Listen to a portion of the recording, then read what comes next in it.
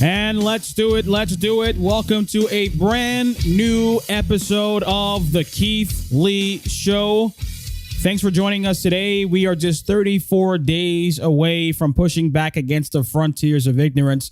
34 days away from sending that bum back to the basement. 34 days away from the depression setting in from the media, to see the cries, the weeping, the gnashing of teeth, because all that's going to happen. Okay? Last night was a complete barn burner. A complete barn burner. And frankly, the president kicked ass last night. Okay?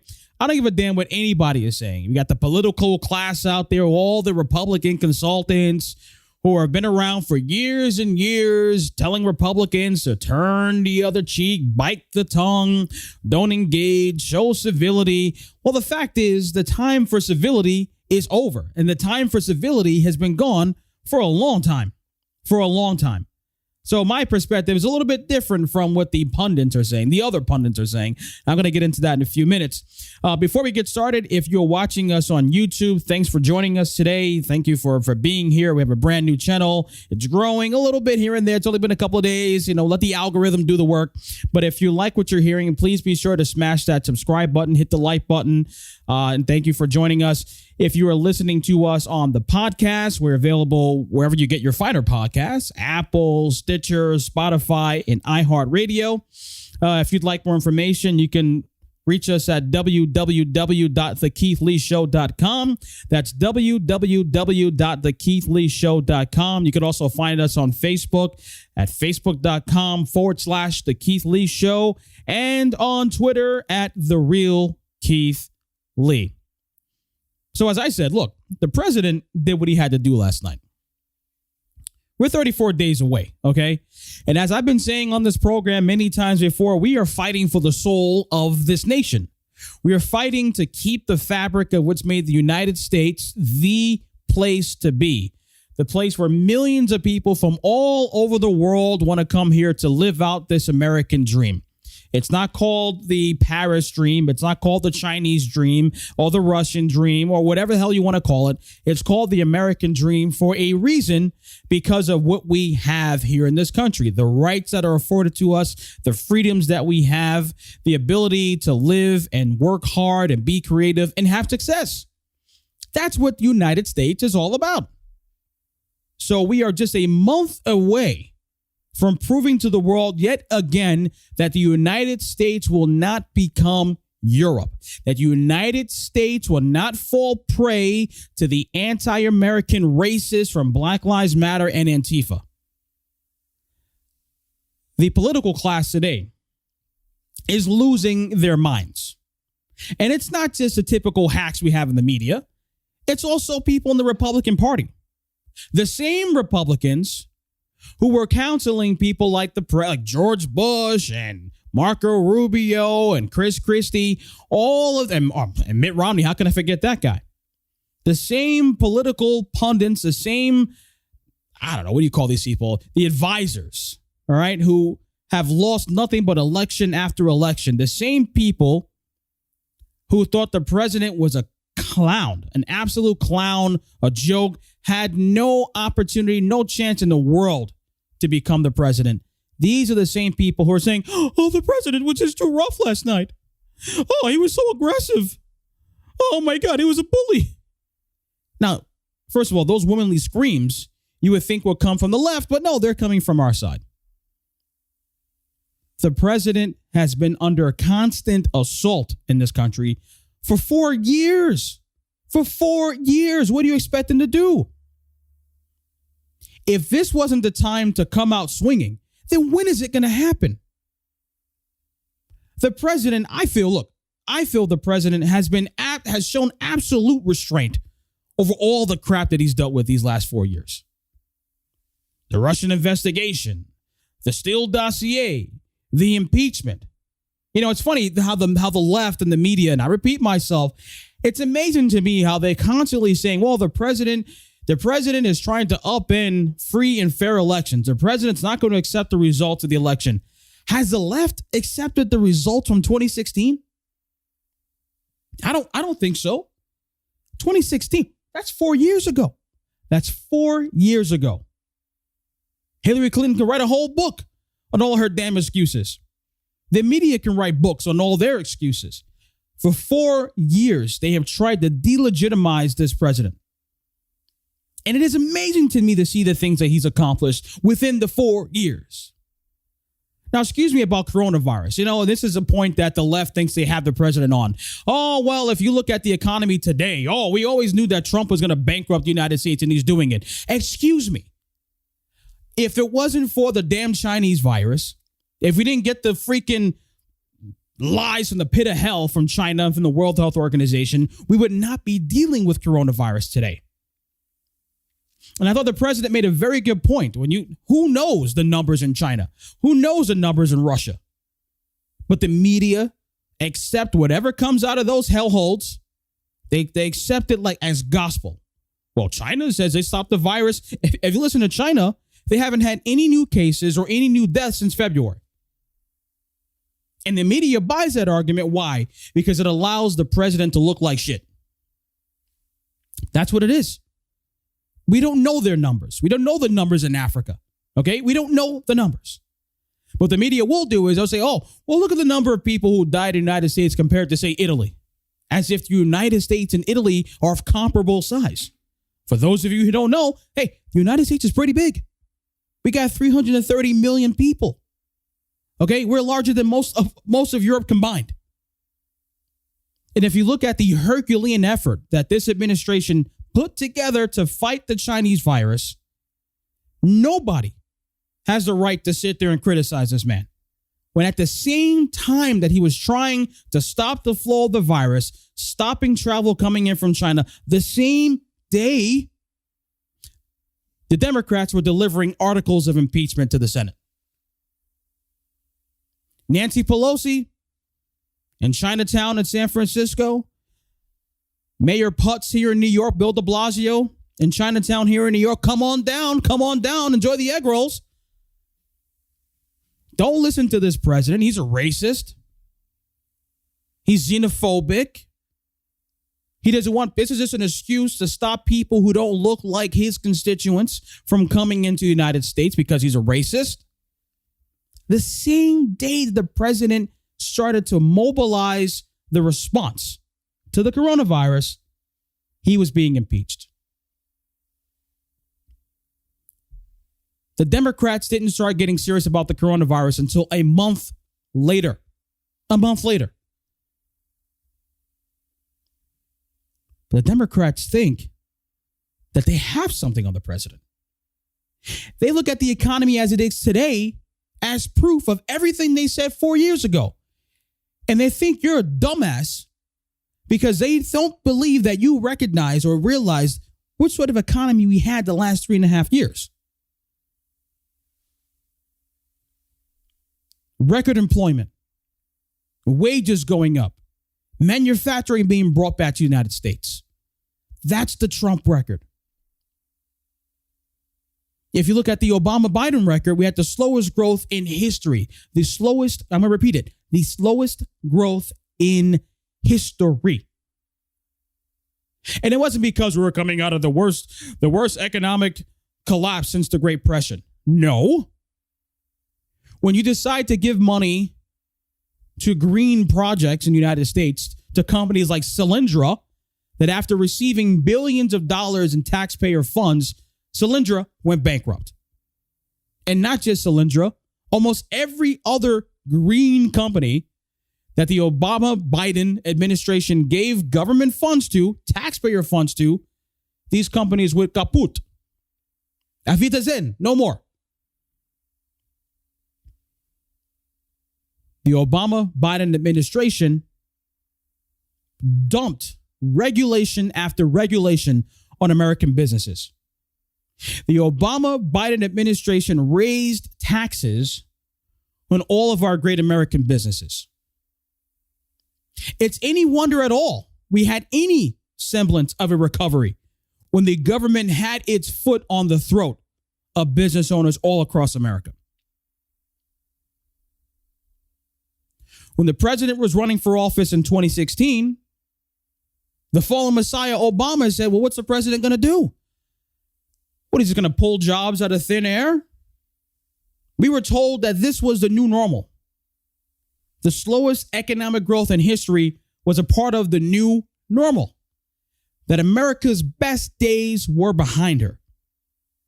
That's what we were led to believe. Not just led to believe. That's what we were told from the Obama-Biden administration. The president brought back manufacturing. The president was able to sign historic trade deals that Obama and Biden could not get done. We have automobile manufacturers, foreign automobile manufacturers that have opened up new plants here in the United States, creating thousands of jobs for our great workers here in the United States. The president got that done.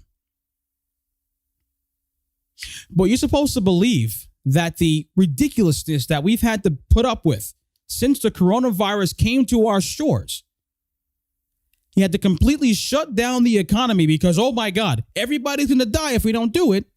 And now the left believes that you're such an idiot that you're willing to buy into the arguments that the president is bankrupting this country because, oh, he's listening to the experts, right? Oh, the Biden says, oh, I'm just going to listen to the experts, listen to the scientists. Oh, did the president get rid of Dr. Fauci? Did the president get rid of Dr. Birx, whatever freaking name is? As far as I know, they're still there. People were out of work because of the lies of China. The president stepped up to the plate. Even Dr. Fauci, the Saint Fauci himself, says that if the president had not shut the border to China, had not restricted travel eventually from Europe, that potentially millions more could have contracted the disease, and hundreds of thousands more could have died. You see, it's easy to play armchair quarterback where you don't have to do anything. It's easy to be Andrew Cuomo, who's a complete moron. You want to talk about nepotism? Oh my God, Andrew Cuomo, what has he accomplished? Oh, his father was governor here in New York. And all of a sudden, oh, now he's being hired by the Clintons. Oh, yeah. He's the head of HUD with no real estate background whatsoever. Oh, then he marries a Kennedy. Oh, look at that. And then now he becomes governor. Andrew Cuomo is supposedly brilliant. Yet 30,000 New Yorkers died. The estimate of 12,000 elderly people died because of his dumbass decision to bring sick people to nursing homes. Wear the mask, wear the mask, wear the mask. And then we have pictures of Cuomo hanging out and about without wearing a mask. You're going to kill grandma if you don't wear a mask. You're selfish if you don't wear a mask. If you ride the trains here in New York City, there are signs all over the train. Wearing a mask shows you care. So obviously, if you don't wear a mask, you don't give a shit about me. You want me to die, according to our betters here in New York. So excuse me when the president says, you know what? I'm not going to sit back and take this ass kicking. I'm not going to sit back anymore and allow the likes of Joe Biden to get away with abject lies, easily debunkable lies, and have to deal with Chris Wallace too. Now, I thought the president was debating Joe Biden. Apparently, he was debating Chris Wallace as well. You know, this almost reminds me a little bit back when Brett Kavanaugh was sitting for his hearings as he was trying to be confirmed to the Supreme Court.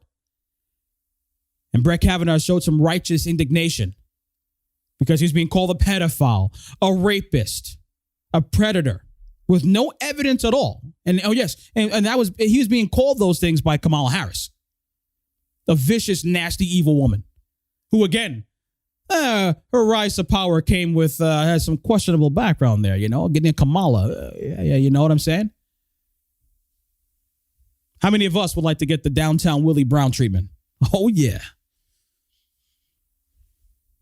When Brett Kavanaugh showed some righteous indignation, a response that anybody who's being called a predator and a racist would have, he was told, oh, he's unfit to serve in the Supreme Court. He doesn't have the temperament.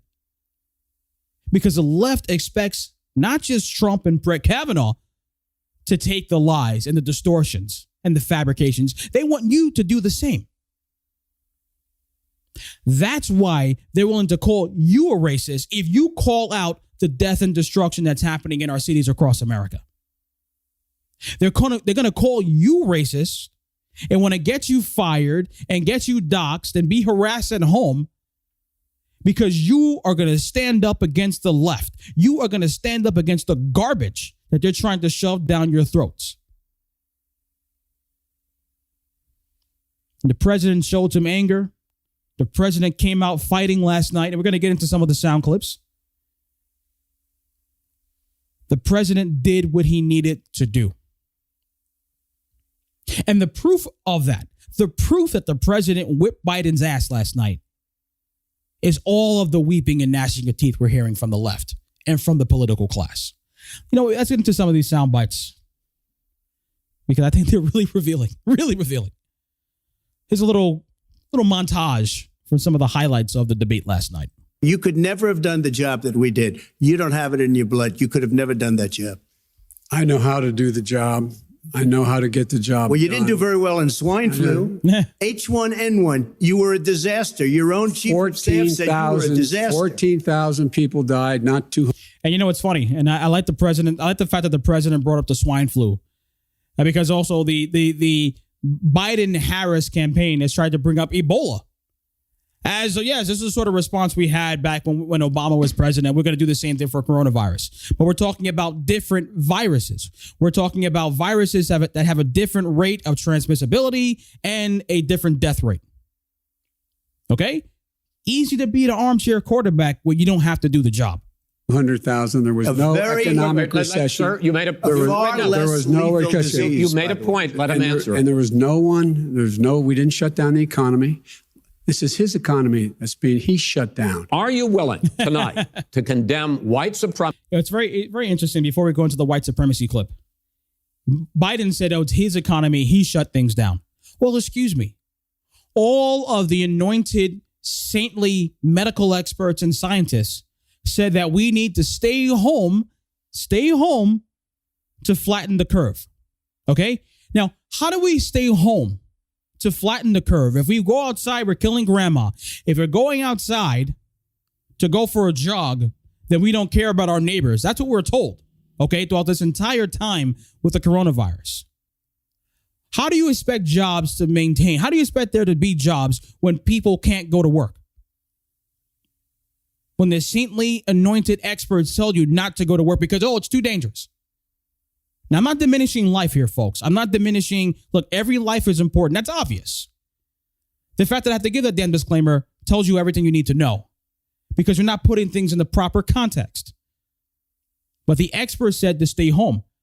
How many businesses can survive for months on end if their employees can't go to work and they have no customers to serve? Logically, how does that work?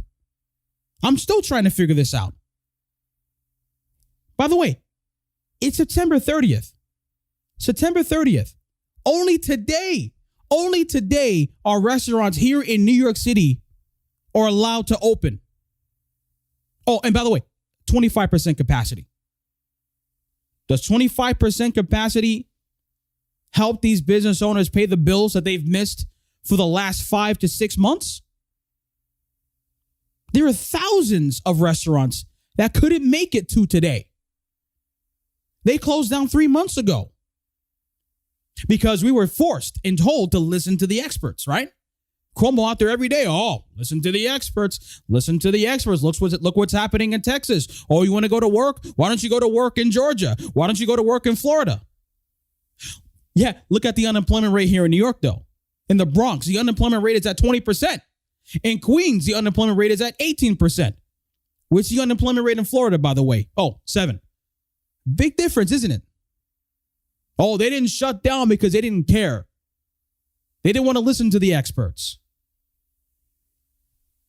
Yet people are able to still go to work. People are able to still put food on the table and to keep a roof over their heads. People like Joe Biden is hiding in the basement. The president has been out there every day. In the beginning of the coronavirus, every day, giving press conference at the press conference. Filling the American people in on what's happening with the mobilization. Joe Biden's hiding in his basement. Let's continue. Supremacists and militia groups, and to say that they need to stand down and not add to the violence in a number of these cities, as we saw in Kenosha and as we've seen in Portland. Sure, Are you I'm willing prepared to do specifically that, but do it? Well, go ahead, sir. I would say almost everything I see is from the left wing, not from the right wing. So what are you saying? I'm willing to do anything. I want to see peace. Then do it, sir. Say it. Do it. Say it. Do you want to call him? What do you want to call him? Give me a name. Give me a White name. supremacists and Who would white you like me to condemn? White supremacists and White supremacists or the Proud Boys and right-wing militias. Okay, now this whole nonsense about the president never condemning white supremacy is complete BS. This is a hoax. This is a myth that the left has been putting out for the last 2 years now, 2.5 years. Okay, I have the clip for you right now. The left constantly says the president didn't condemn white supremacists in Charlottesville.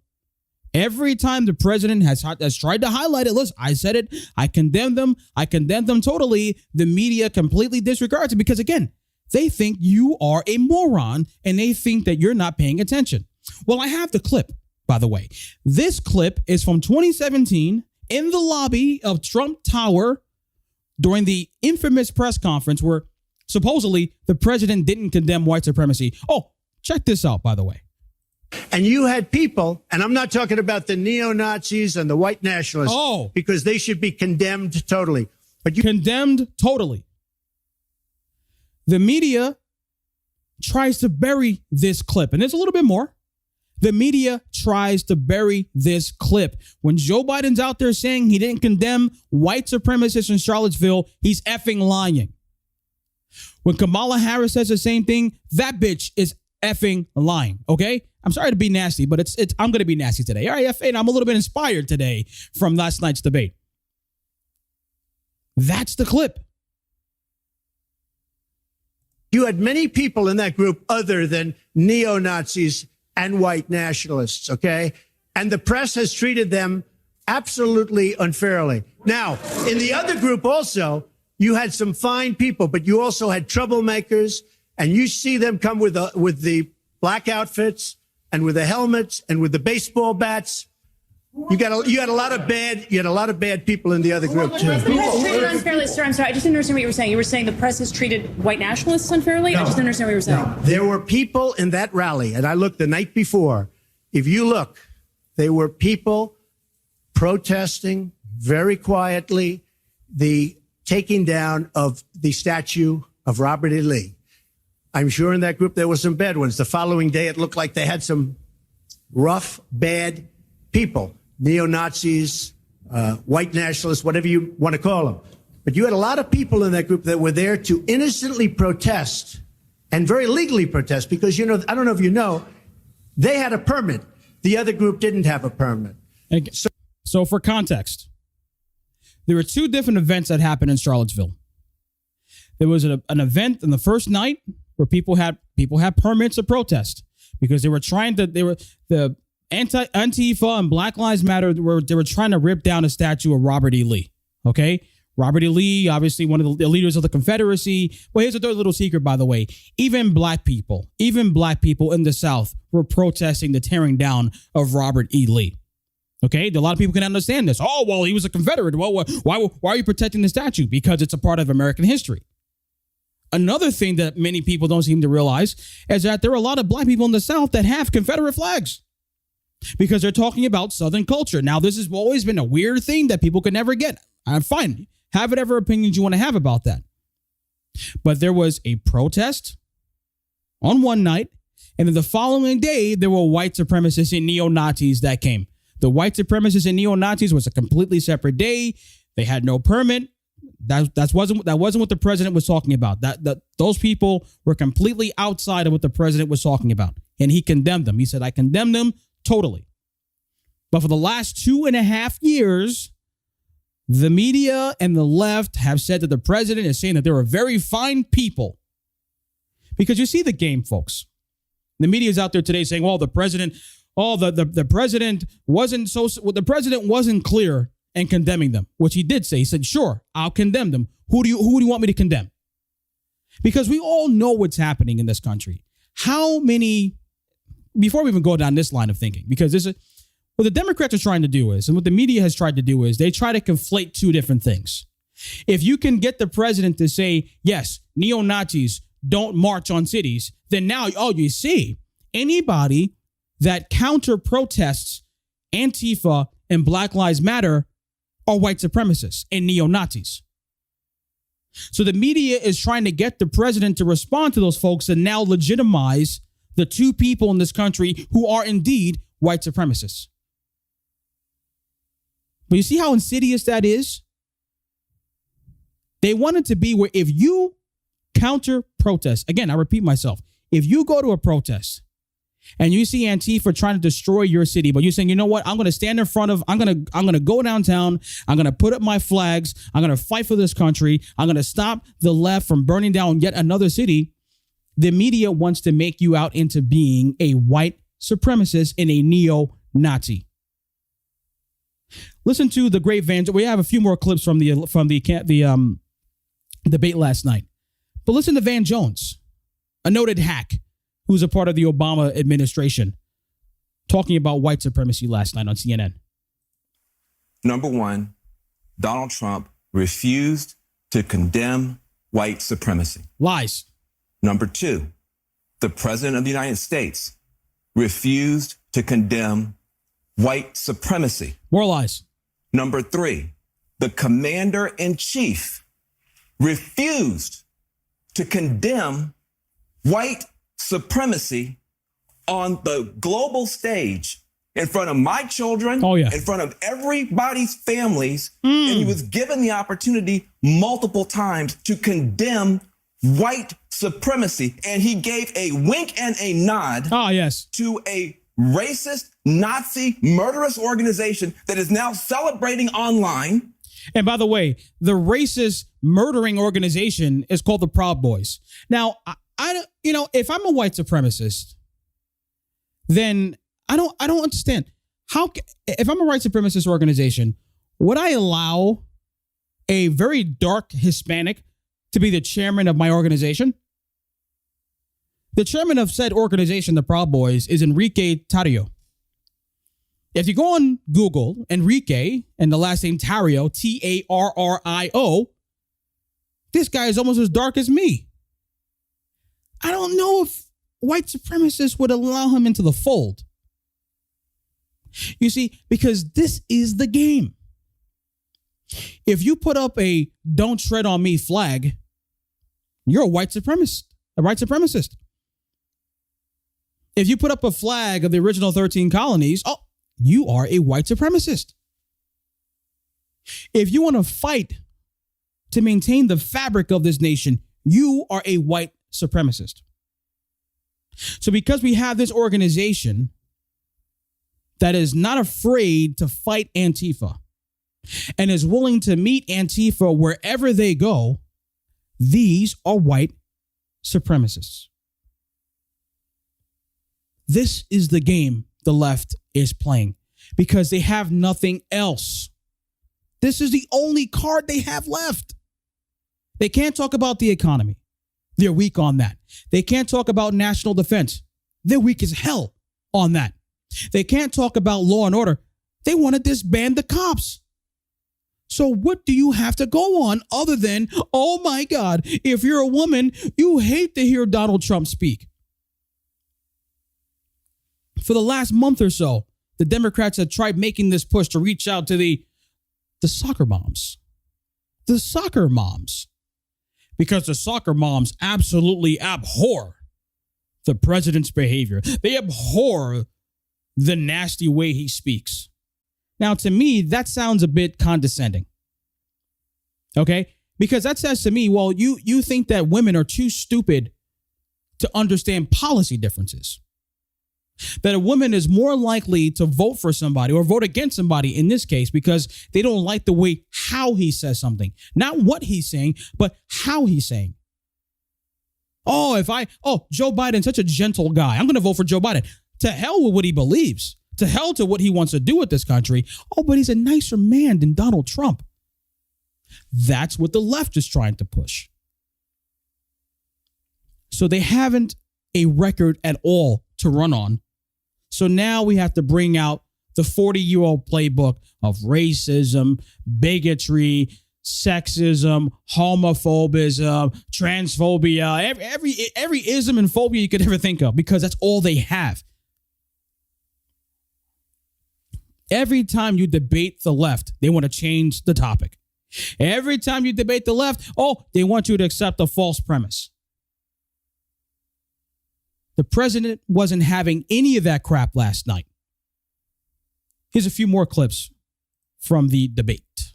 Boys, stand back and stand by. But I'll tell you what. Somebody's got to do something about Antifa and the left. You should go out and vote.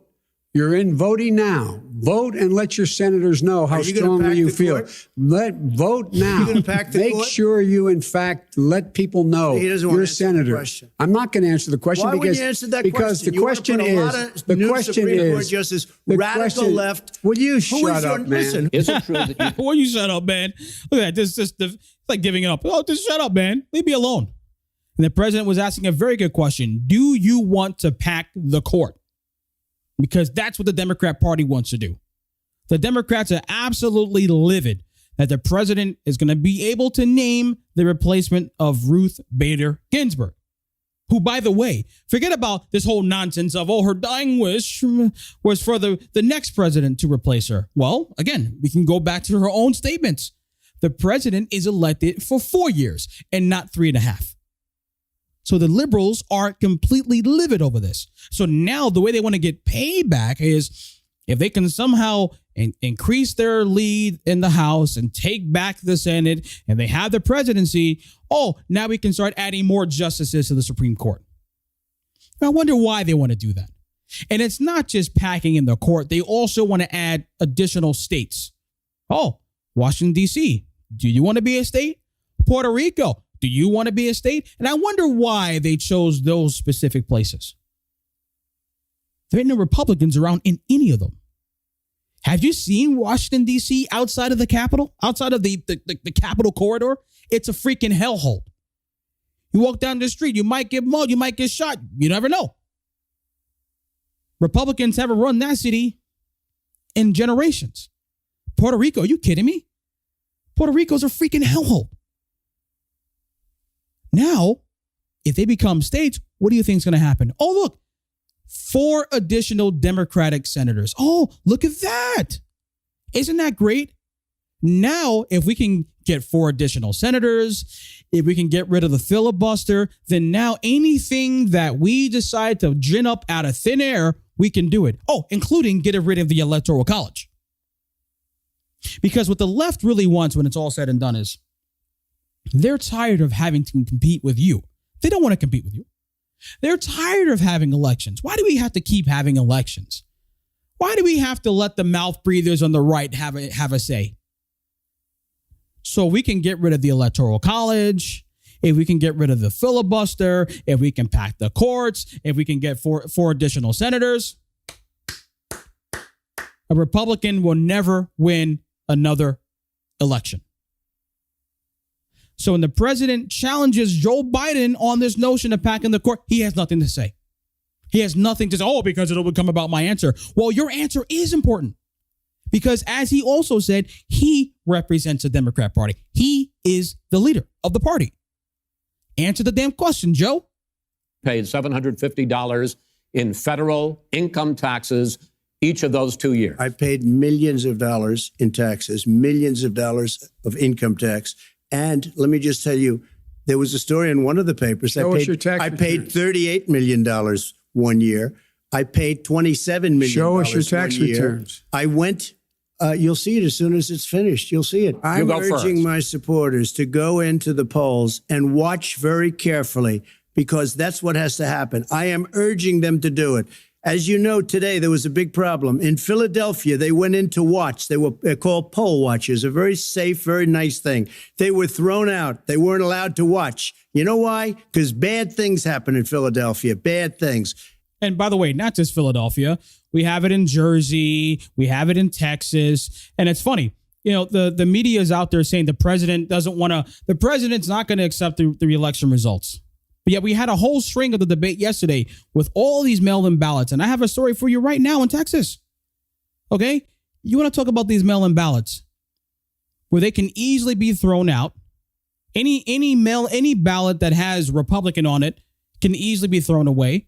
And the president mentioned several examples last night, including last week, where a bunch of ballots that had Trump's name on it were thrown into a ditch. Okay? So you're not going to be able to have a definitive winner on election night because of all these ballots. If ballots are coming in on election night and they're not going to be counted until maybe even months later, how can you expect the president to say, yes, I'm going to accept the results as they come in on election night, when even Biden can't even make that statement? But the fact is, folks, the Democrats want this chaos. They want there to be a massive fight. And this is why they're complaining about the Supreme Court. If Amy Coney Barrett is indeed confirmed, this battle can go all the way to the Supreme Court. And now they're not going to have Ruth Bader Ginsburg throwing a wrench into the process. They created this problem. The saintly Dr. Fauci said it is safe to vote in person if you're practicing social distancing and you're wearing masks. Fauci said this. Remember, we're told to listen to the experts, and Fauci is the anointed one. So it's perfectly safe. Yeah, we hear Democrats, send in the ballots, send in the ballots, send in the ballots. Want to know why? Because ballots are being sent to dead people. Ballots are being sent to people who are illegal immigrants. And there's no way to check whether or not the person sending back that ballot is a person that was supposed to get it in the first place. They know what they're doing, folks. The Democrats cannot win in the arena of ideas, so now they have to pull every underhanded scheme they possibly can find. They're fighting. So why can't the president fight back? Apparently, if the president wants to fight, he's a bad guy. He's a bully. By the way, check out this report from a couple of days ago. This is in Texas, by the way. Texas official arrested on felony election fraud charges could face 99 years in jail. Obviously, he'll be dead. But by the way, we keep being told that there's no election fraud. Oh, there's no evidence of that. I mentioned in this program a couple of weeks ago, we have 4 Democrat politicians in New Jersey that were arrested and charged because of ballot harvesting. There was a big-ass report that just came out in the last couple of days, or Project Veritas. We'll get into that sometime this week, about election fraud in Minneapolis with Ilhan Omar. Well, Wednesday afternoon, Texas Attorney General Ken Paxton announced the arrest of 4 people allegedly connected to a vote harvesting scheme in the state's 2018 Democratic primary election, including a Democratic victor of that primary. The 4 individuals, Charlie Burns, Dwayne Ward, Marlena Jackson, and Jackson's husband, Shannon Brown, a Democrat who was serving as Gregg County's Precinct 4 commissioner, collectively stand accused of 134 different felony charges of election fraud and ballot tampering. Paxton alleged that the group cast mail-in ballots for able-bodied voters during the 2018 primary, falsely proclaiming that the voters were disabled. Texas state law only allows residents to cast mail-in ballots if they're over the age of 65, are in jail, or have physical disabilities or medical conditions that impairs them from voting. The accused submitted these ballots without the voters' consent. Brown won the March 6, 2018 Democratic primary with just 5 votes. 5 votes. His victory was secured by 787 mail-in ballots cast in his precinct. Over 1/3 of those ballots were from individuals claiming a disability. The high number of voters claiming a disability raised suspicions of fraud, since only 2.5% of mail-in voters in the county's 3 other precincts claimed a disability on their own mail-in ballots. The statewide average for people claiming a disability on mail-in ballots is 9%. The probe formally began after Reverend DJ Nelson, a Gregg County Precinct 4 voter, filed a complaint on with the Elections Division of the Texas Secretary of State. His complaint was then forwarded to the Texas Attorney General's office. But the Democrats keep saying there's no evidence of election fraud. There's no evidence of ballot harvesting. There's no evidence that mail-in ballots can be defrauded. That's what the Democrats say. But how many examples do we have to highlight on this program to the contrary? So, folks, as I mentioned before, clearly the president whipped ass last night, because listen to the reaction from the media. Listen to this crying. Listen to this bitching. Listen to this moaning. If hearing that this debate is over was music to your ears, you may not be alone. What could have been a low point in American political discourse, certainly in any modern debate we've seen, just took place over an hour and a half. If you showed up looking for a food fight, you got a brawl between these two men, a language that we have rarely heard from candidates in a political debate. A name calling that went to a new level. Frankly, Savannah Guthrie, I'm a bit of loss for words here. Your jaw just dropped. You can't pretend that this was a normal debate, a normal example of American democracy at work, a normal, tussle between foes.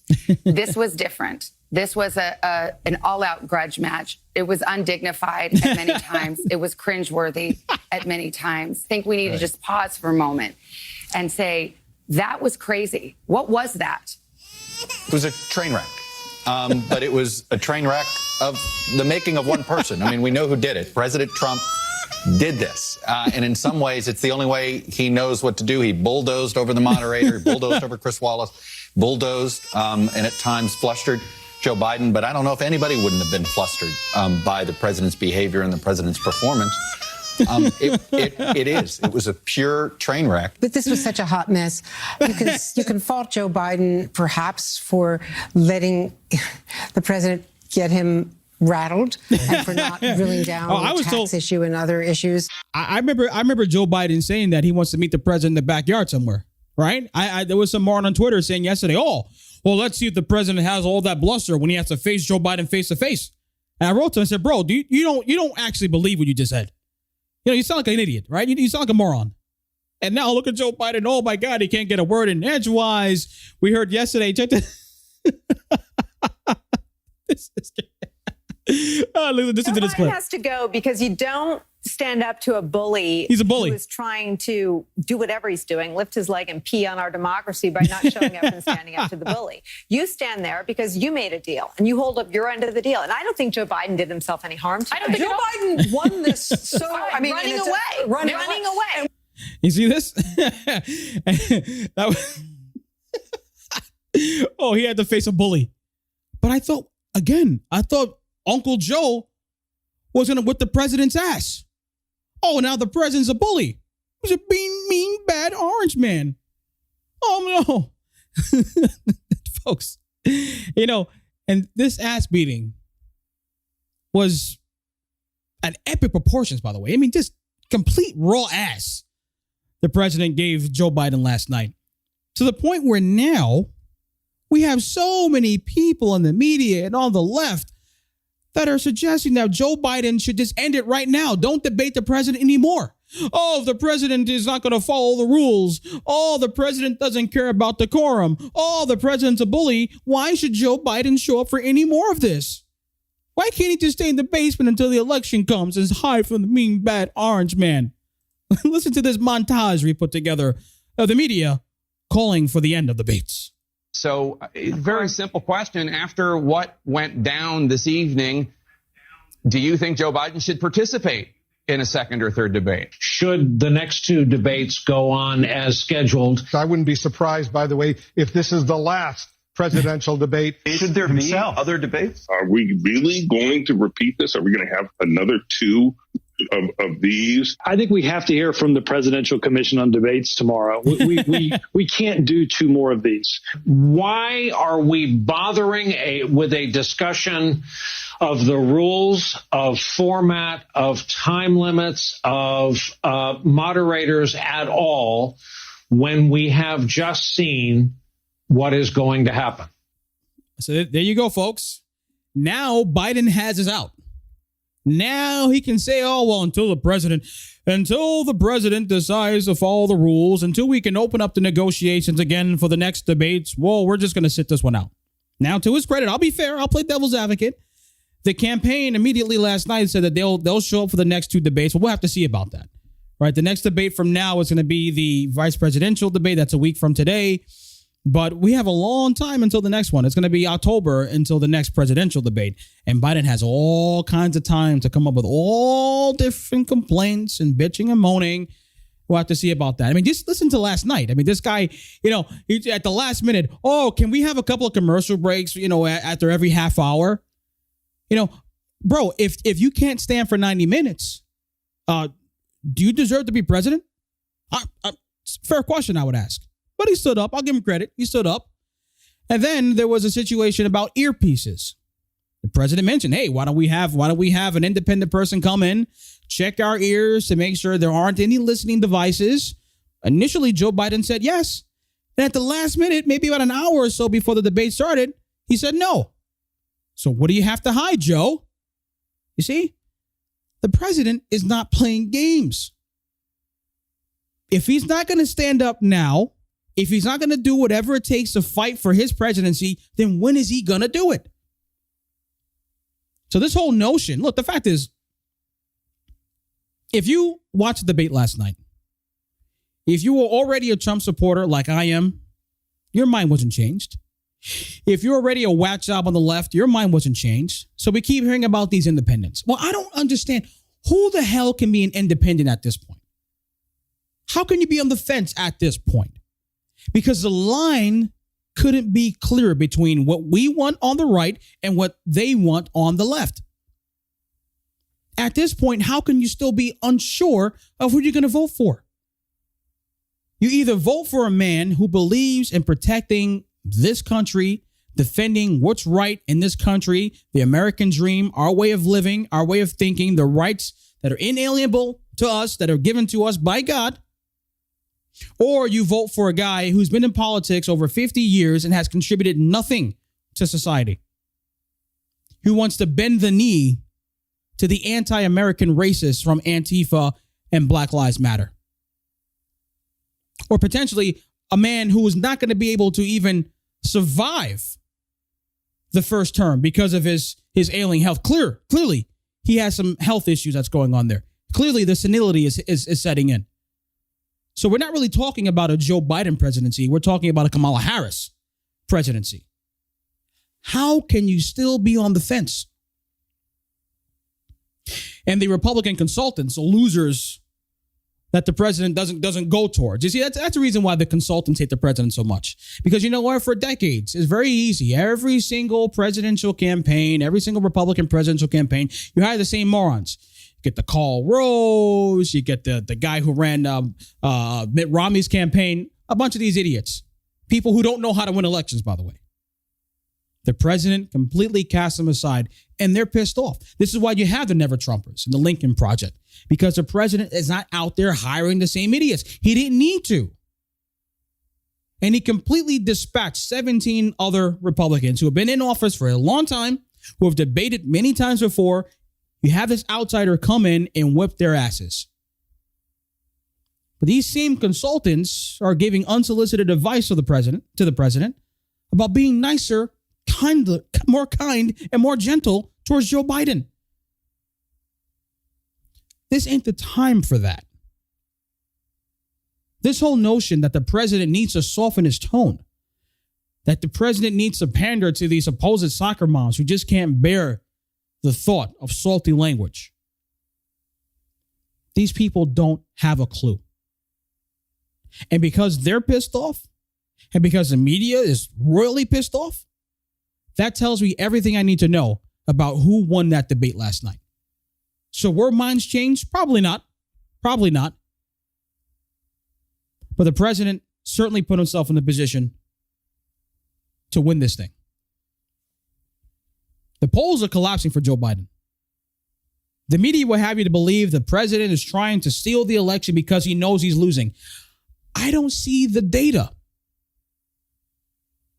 If you don't go to look, a website you should check out every day if you want to, even if you care about this sort of thing, right? You know, it's my job. So I got to look at this every day. But go to realclearpolitics.com.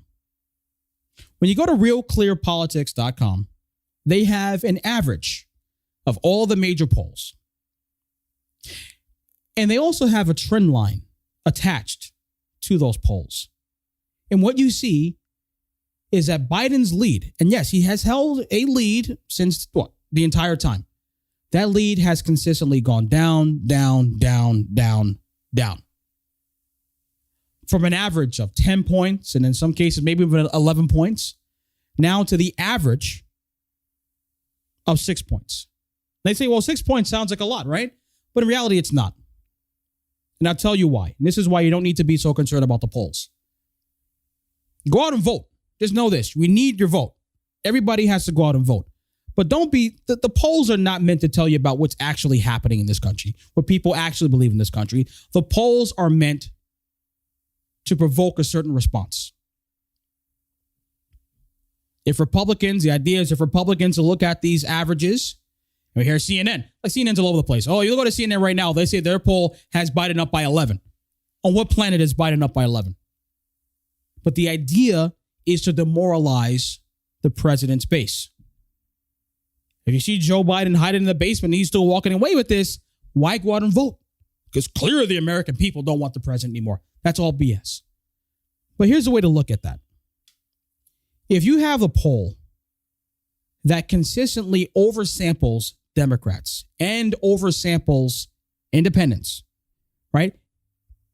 The natural makeup of the country is roughly 33% Republican, 33% Democrat, and about 33% independent, roughly speaking.